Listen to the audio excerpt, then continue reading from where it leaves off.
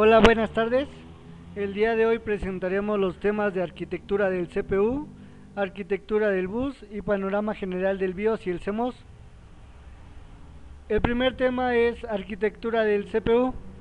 La CPU o unidad central de procesamiento es la parte inteligente del sistema. Interpreta las instrucciones del programa de usuario y consulta el estado de las entradas. Dependiendo de dichos estados y del programa, ordena la activación de las salidas deseadas. La CPU está constituida por los siguientes elementos: lo que es el procesador, memoria o monitor del sistema y circuitos auxiliares, entre otras, pero estos son de los más destacados. El procesador está construido por el microprocesador, el reloj, que es el generador de onda cuadrada, y algún chip auxiliar. El microprocesador es un circuito integrado, un chip que realiza una gran cantidad de operaciones que podemos agrupar en operaciones de tipo lógico, de tipo aritmético y operaciones de control de la transferencia de la información dentro del autómata. Para que el microprocesador pueda realizar todas estas operaciones, está dotado de unos circuitos internos que son los siguientes. Son los circuitos de la unidad aritmética y lógica, o ALU, que es la parte donde se realizan los cálculos y las decisiones lógicas para controlar el autómata. Están los circuitos de la unidad de control, UC, o decodificador de instrucciones. Decodifica las instrucciones leídas en memoria y se generan las señales de control. El acumulador, que es la encargada de almacenar el resultado de la última operación realizada por el ALU. El flags, o indicadores de resultado, que pueden ser consultados por el programa. El contador de programa es el encargado de la lectura de las instrucciones de usuario. Y el bus interno, que no son circuitos en sí, sino zonas de conductoras en paralelo que transmiten datos, direcciones, instrucciones y señales de control entre las diferentes partes del MP. Y aquí podemos ver un diagrama de cómo están estos circuitos, de la función que hace cada circuito. La segunda es la memoria, el monitor del sistema, que es una memoria de tipo ROM, y además del sistema operativo del autómata contiene las siguientes rutinas incluidas por el fabricante: inicialización, traspuesta de intención o reset, rutinas de test y de respuesta a error de funcionamiento, intercambio de información con unidades exteriores, lectura y escritura de la interfaz de entrada-salida. Las funciones básicas del CPU son: en la memoria ROM del sistema, el fabricante ha grabado una serie de programas ejecutivos, software del sistema, y es a estos programas a los que accederá para realizar las funciones. El software del sistema de cualquier autómata consta de una serie de funciones básicas que realizan en determinados tiempos de cada ciclo. En general, cada autómata contiene y realiza las siguientes funciones: vigilar que el tiempo de ejecución del programa de usuario no exceda de un determinado tiempo máximo. A esta función se le denomina watchdog. Otra es ejecutar el programa como usuario, crear una imagen de las entradas, ya que el programa de usuario no debe acceder directamente a dichas entradas. Renovar el estado de las salidas en función de la imagen de las mismas, obtenida al final del ciclo de ejecución del programa usuario, y el chequeo del sistema. En la arquitectura del CPU podemos ver aquí los tres elementos importantes, que es la unidad central de proceso, en la cual se encuentra la unidad aritmética lógica y la unidad de control, que estas dos van guiadas a los registros. También nos aparece la memoria central, en donde está la memoria RAM y la memoria ROM, y la unidad de salidas y entradas. Todas estas, como podemos ver en el diagrama, están ligadas al bus de control y el bus de direcciones y al bus de datos. El CPU está ligado al reloj, y la unidad de entrada y salida está ligada al exterior, a los periféricos. En el CPU, la memoria cache es una parte muy importante, y esta se divide en tres niveles: el nivel de cache L1, que es por núcleo, el cual permite que el procesador funcione muy rápidamente y está integrado en el CPU. Es utilizada para acceder a datos muy importantes y de uso frecuente. El nivel de caché L2 es por CPU. Está diseñada para reducir el tiempo necesario para acceder a los datos en los casos en que los datos se hayan utilizado previamente. El nivel de caché L3 es una memoria que está integrada en la placa base y se utiliza para alimentar la memoria caché L2. Enseguida están los relojes, los cuales son esenciales para el buen funcionamiento de cualquier sistema de tiempo compartido, porque juegan un papel decisivo en la sincronización de procesos, en la calendarización de trabajos por lote y para la asignación de turnos entre otras tareas. El software del reloj puede adoptar la forma de un controlador de dispositivo, aunque el reloj no es un dispositivo por bloques como un disco, ni por caracteres como una terminal. Hay dos tipos de relojes: los relojes más sencillos, los cuales están conectados a la línea de potencia de 110 o 220 volts y causan una interrupción a cada ciclo de voltaje a 50 o 60 Hz. La segunda clase de reloj consta de tres componentes, el cual es un oscilador de cristal, un contador y un registro de retención. En la parte anterior les mostré una figura en donde se mostraba cómo va el diagrama del reloj. Aquí lo podemos ver cómo está el oscilador de cristal, el contador cuando se decrementa en cada pulso y cuando se usa un registro de retención para carga del contador. Los relojes programables tienen varios modos de operación. Cuando se inicia el reloj, este copia el valor del registro de retención en el contador y luego decrementa el contador en cada pulso de cristal. Cuando el contador llega a cero, causa una interrupción y se detiene hasta que el software lo inicia otra vez.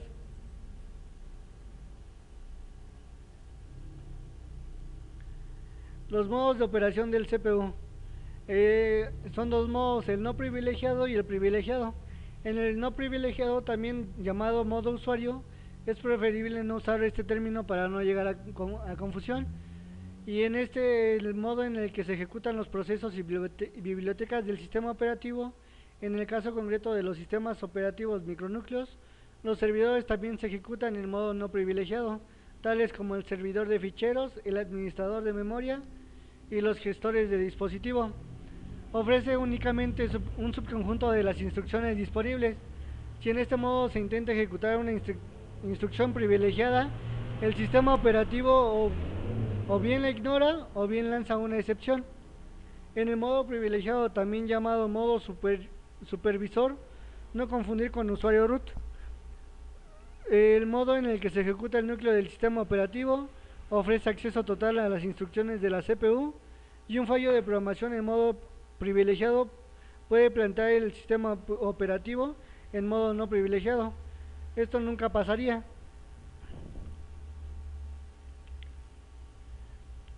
En la arquitectura del bus es el conjunto de líneas utilizadas para la transición de datos. Los buses se caracterizan por el número de bits que pueden transmitir en un determinado momento imágenes. El conector de buses es cualquiera de los diversos tipos de conectores utilizados. Los más comunes son el BD9, BD15, BD19, BD25, BD37 y el BD50.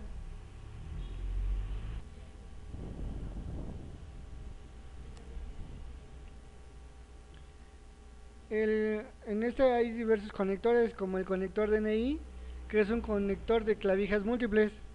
El RedNBus, una topología de la red de área local en la que todos los nodos están conectados a la línea principal. Y está el USB, que es una bus serie de última generación. En la diapositiva puedo mostrarles la imagen de un conector DNI, una RedNBus y un USB. También existen diferentes tipos de buses, el bus serial y el bus paralelo. El bus serial son en el bus serial los datos son enviados en bit, de bit a bit. Se construye por medio de registros o rutinas de software. Es usado desde hace menos de 10 años en buses para discos duros, unidades de estado sólido. Esto se utiliza para largas distancias. Y el otro tipo es el bus de paralelo, el cual ha sido utilizado de manera intensiva desde el bus del procesador, los buses de discos duros, tarjetas de expansión y de video, hasta las impresoras. Esto se usa a cortas distancias. El siguiente tema son arquitectura de buses. La placa madre es la tarjeta más grande que se puede visualizar dentro de una PC y la más importante. Dentro de esta placa, los buses de datos, comúnmente llamadas ranuras de expansión, ocupan gran parte del sistema. Aquí les mostré algunos tipos de ranura. Entre ellos, algunas se las mencionaré más adelante, bueno, en un momento. Y empezaremos por los tipos de buses. Existe el bus ISA, que es el de arquitectura industrial extendida. Las primeras computadoras estaban equipadas con ranuras de bits, que para la velocidad de aquellos era suficiente. El siguiente fue el bus MCA de microcanal. A medida de que los procesadores aumentaron su velocidad, los buses ISA debieron mantener su velocidad para permanecer dentro del estándar. El siguiente es era el bus EISA, que es arquitectura estándar industrial extendida. Tiene características de la ISA en cuanto a su compatibilidad, pero con la velocidad de la microcanal, que esta era de 32 bits. El bus BESA es el de Video Electrónica Standard Association. Son una extensión de ISA. También incluye toda la tecnología de IESA. Funcionan al ritmo del microprocesador y permiten la transferencia de datos sin necesidad de que estos intervengan. El siguiente es el bus PCI. Es interconexión a componentes perinatales. Es de características similares a BESA, pero se efectúa por intermedio de un chip adicional que simplifica y suprime las limitaciones de la conexión directa. El siguiente es el bus AGP, que es el puerto avanzado de gráficos. Se trata de un nuevo sistema para conectar periféricos en la placa base del PC, es decir, es un nuevo bus por el que van datos del microprocesador al periférico.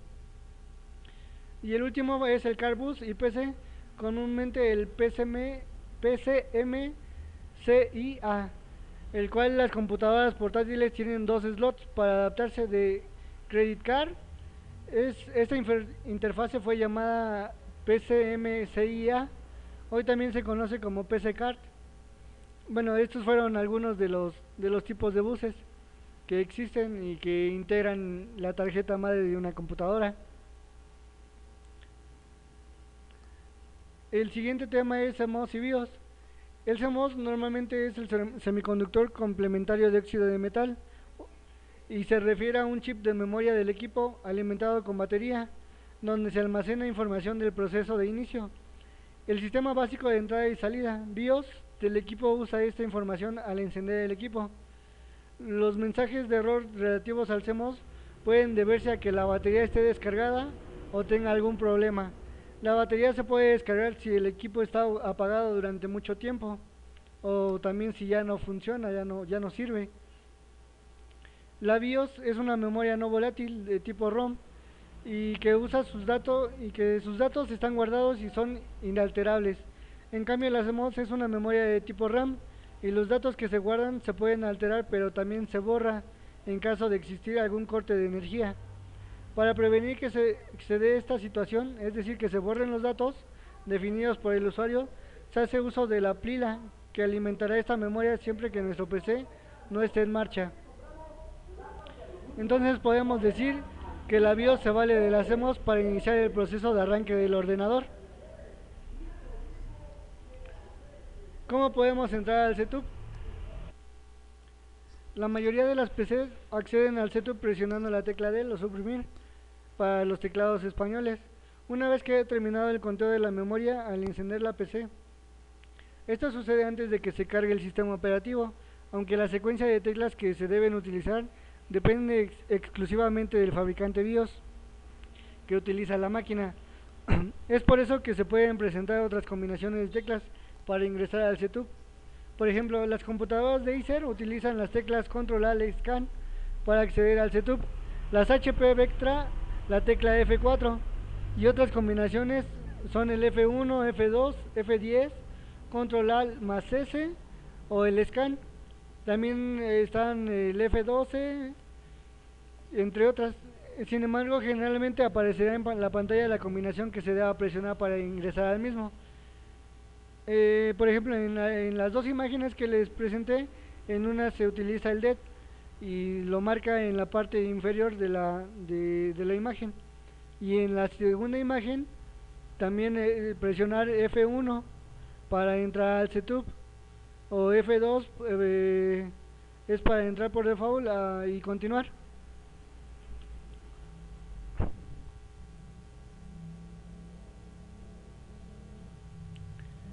La configuración del BIOS. Existen varios tipos de BIOS: el AWARD, el Phoenix o el WinBIOS, siendo la más popular la BIOS AWARD. En ella accedemos a un menú en modo texto, en el cual las distintas opciones se encuentran clasificadas por categorías. Por ejemplo, configuración básica, configuración avanzada, como se muestra en la siguiente imagen. En esta podemos hacer algunas configuraciones. Por ejemplo, en la primera opción, que es en el estándar CMOS Setup o Features, como está en la imagen, en este apartado podremos establecer la fecha y la hora del sistema, configurar nuestros discos duros y establecer la disquera que tenemos. La segunda es la Advanced BIOS Features. En este apartado se puede configurar el modo en que la BIOS realiza ciertas operaciones. Algunas de las operaciones que se pueden hacer aquí son la CPU Internal Cache, External Cache, el Quick Power On Self Test, el Boot Sequence, el Swap Floppy Drive y el Security Option. Estas son algunas de las cosas que se pueden configurar dentro de este apartado. El tercer apartado es el Advanced Chipset Features. En esta parte de la BIOS es recomendable no modificarla demasiado, puesto que afectará a partes críticas del sistema como el procesador, la RAM, los buses AGP y el PCI, entre otros. La cuarta opción es la Integrate Peripherals. Desde aquí podemos modificar varias opciones de los distintos dispositivos que integra la placa base, como son las tarjetas de sonido, las controladoras ID, los puertos COM y entre otros. En el Power Setup, en este apartado se configuran las opciones de ahorro de energía del ordenador. En el PCI PNP Configuration Setup, no hay prácticamente nada que modificar, puesto que los sistemas operativos actuales controlan ellos mismos las interrupciones y el sistema PNP, Plug and Play, enchufar y usar, y no basan sus rutinas en la BIOS. Y por último está el PC Heal Status. En este apartado no suele haber ninguna opción de que configurar, sin embargo sí podremos monitorizar la temperatura del procesador, la velocidad de los ventiladores, el voltaje de la placa base. Una nota muy importante es que no se deben cambiar nada si no se está totalmente seguro de para qué sirve esa opción, ya que una mala configuración de la BIOS puede afectar gravemente el rendimiento y la estabilidad del sistema operativo e incluso impedir su arranque.